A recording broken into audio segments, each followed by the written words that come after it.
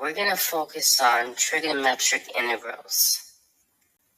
But now, to begin, you may want to write down some notes, just to review some formulas that will be useful when integrating trigonometric expressions. First, sine squared plus cosine squared, we need to know that equals 1. Next, 1 plus tangent squared is equal to secant squared. This is a good review of some trigonometric formulas that you've been exposed to in the past. The next one you need to be familiar with is 1 plus cotangent squared is equal to cosecant squared.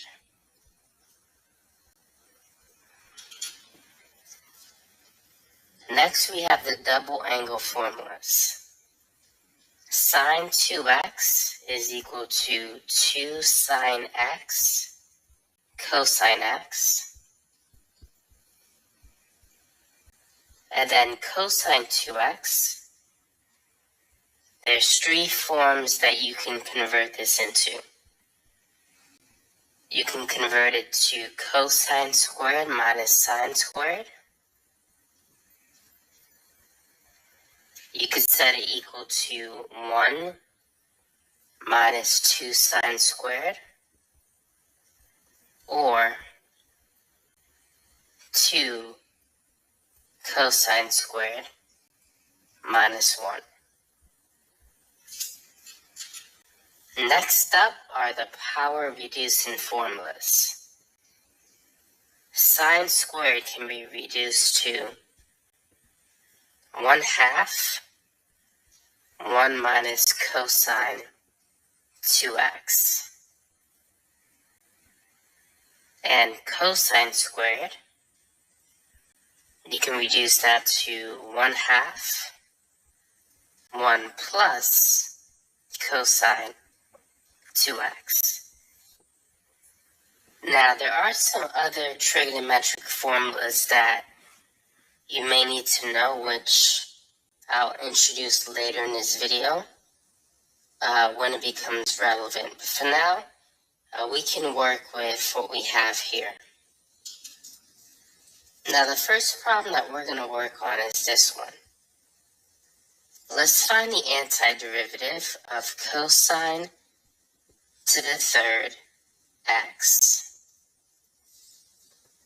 So what do you think we need to do here?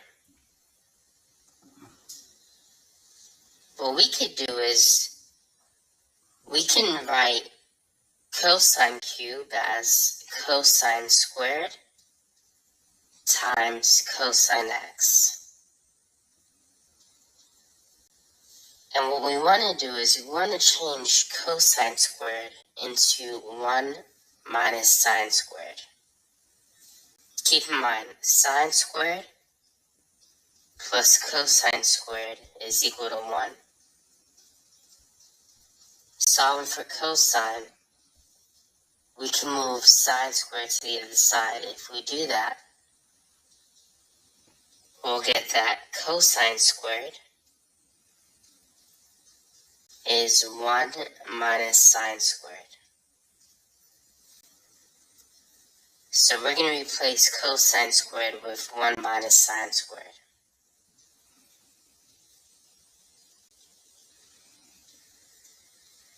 Now, the reason why we want to put it in this form is so that we can do u substitution.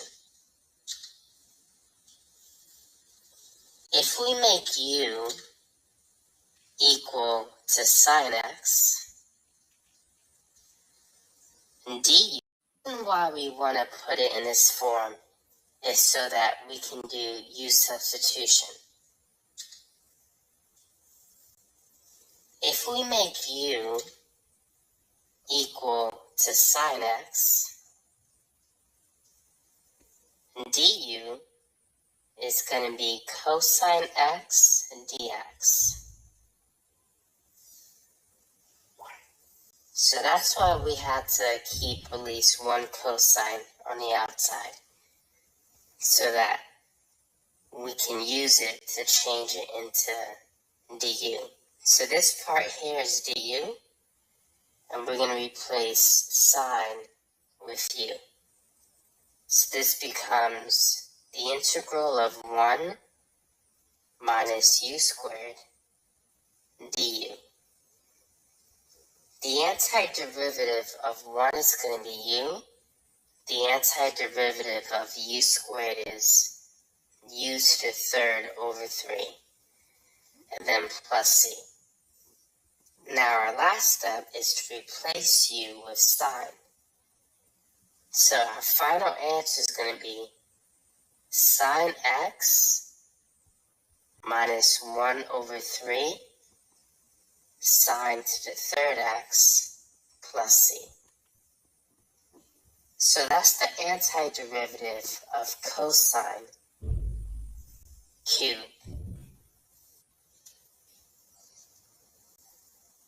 Now let's work on another similar problem, but one that's a little bit harder. Cosine raised to the fifth of x. Go ahead and find the antiderivative of that expression. So what we're going to do is we're going to take out a cosine. So this is going to be cosine to the fourth times cosine x dx. Now, we want this to become eventually du like we did before. So we need to change cosine into sine. But we need to get cosine squared first. Cosine to the fourth is cosine squared squared.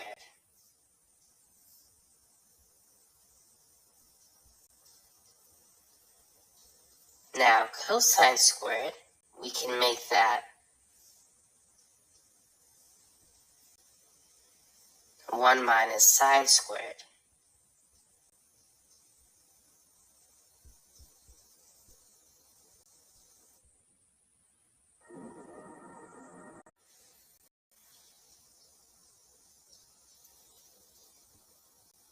Now, at this point, we can replace sine with u.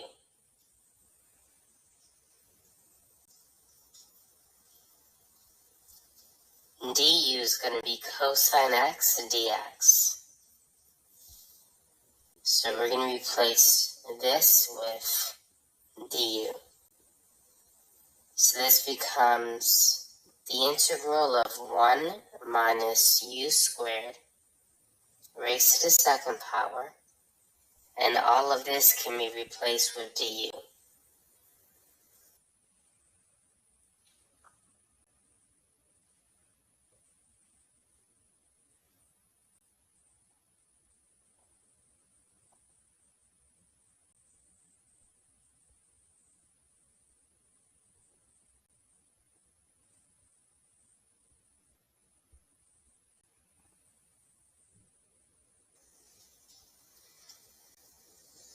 Now, before we can integrate this expression, we need to expand it. So what we have is 1 minus u squared times 1 minus u squared. So let's FOIL. 1 times 1, and that's going to be 1. And then this is negative u squared plus another negative u squared. So that's going to be negative 2 u squared. And then negative u squared times negative u squared, that's going to be positive u to the fourth. And then times du.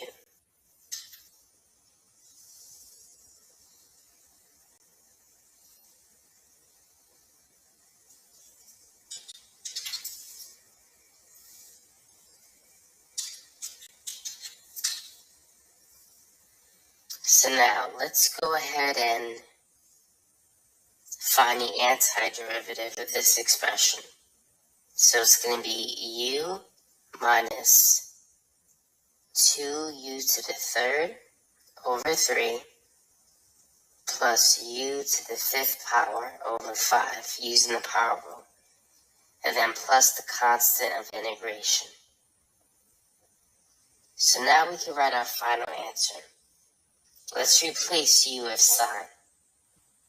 So we're going to have sine x minus 2 over 3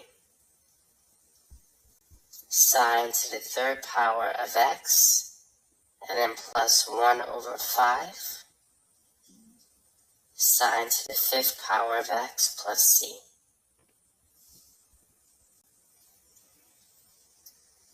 So this is the indefinite integral of cosine x raised to the 5th power. So this is our final answer.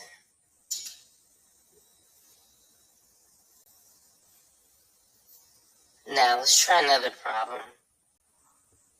Let's find the indefinite integral of cosine to the 5th x times sine x dx. Feel free to try this problem.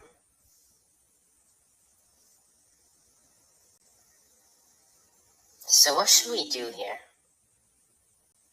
Notice that we have a sine by itself.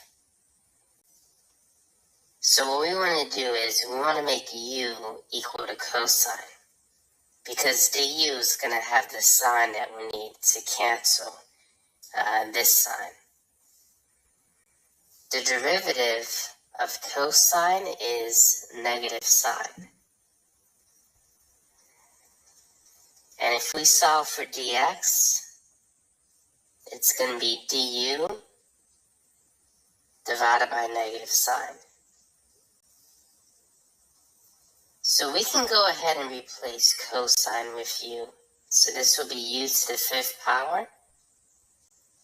And then we can replace dx with what we have here.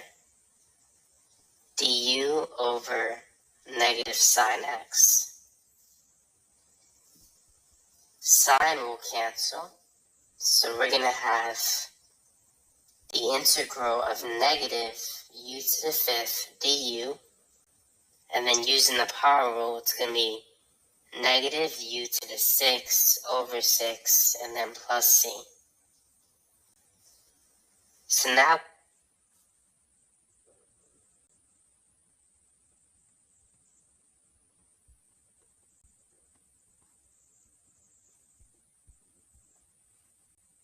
we just got to replace u with cosine. And so our final answer is going to be negative 1 over 6 cosine to the 6th power of x plus c. So this is the answer. This problem wasn't too bad. It was pretty straightforward. Now,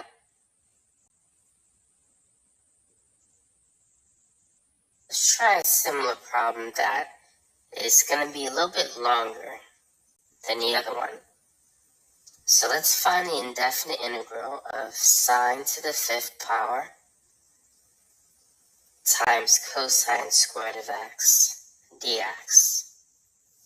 Feel free to pause the video if you want to.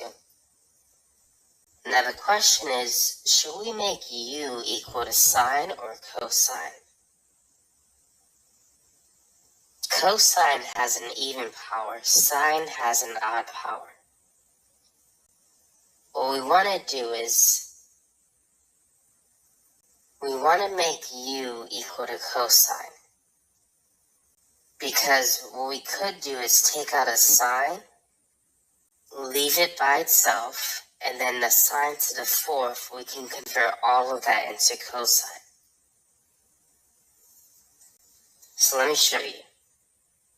Sine to the 5th, we're going to write that as sine to the 4th x times sine times cosine squared. And this sine we want that to pair up with the dx, because that's going to be our du. Everything else we want it to be not in terms of sine, but cosine. Sine to the fourth, I'm going to write that as sine squared, squared. And then we have cosine squared, and I'm going to put sine next to dx.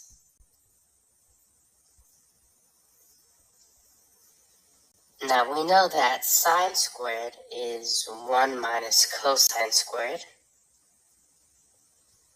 Based on the trig identity, sine squared plus cosine squared is 1.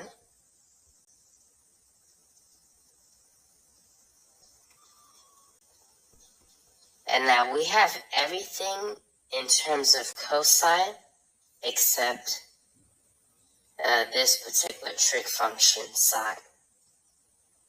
So now we can make u equal to cosine.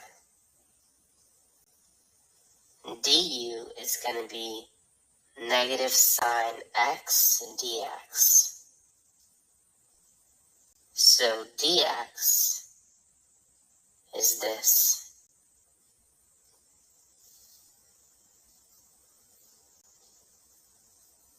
So everywhere we see a cosine, we're going to replace it with u.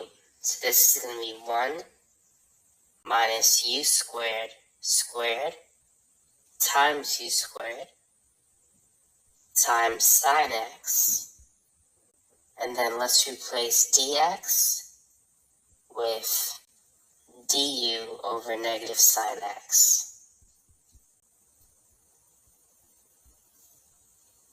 So these will cancel. And what we need to do next is we need to FOIL.